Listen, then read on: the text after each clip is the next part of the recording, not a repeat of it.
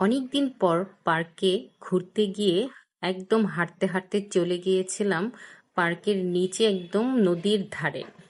ওখানে বসে আমার প্রকৃতিটা দেখে এত বেশি ভালো লাগছিল যে আমি খুব বেশি উপভোগ করছিলাম। একদম ন্যাচারাল একটা হাওয়া ছিল। তো সেখানে বসে কিন্তু একটা চা স্টলে বসি, এবং চা স্টলে কিন্তু আমি চায়ের অর্ডার করি এবং দেখলাম যে গরম গরম পুরি ভাজছে, এত ভালো লাগছিল। তখন মনে হলো যে না, গরম পুরিটা এই পরিবেশটার সাথে খেলে মনে হয় খুব ভালো লাগবে। তো হঠাৎ করে তাকিয়ে দেখি নদীতে ভরপুর পানি, এবং সুন্দর এই ভরা নদীর মধ্যে যখন নৌকা চলে, দেখতে যে কি ভালো লাগে। আমি একদম মুগ্ধ হয়ে দেখছিলাম, আমার কি যে ভালো লাগছিল।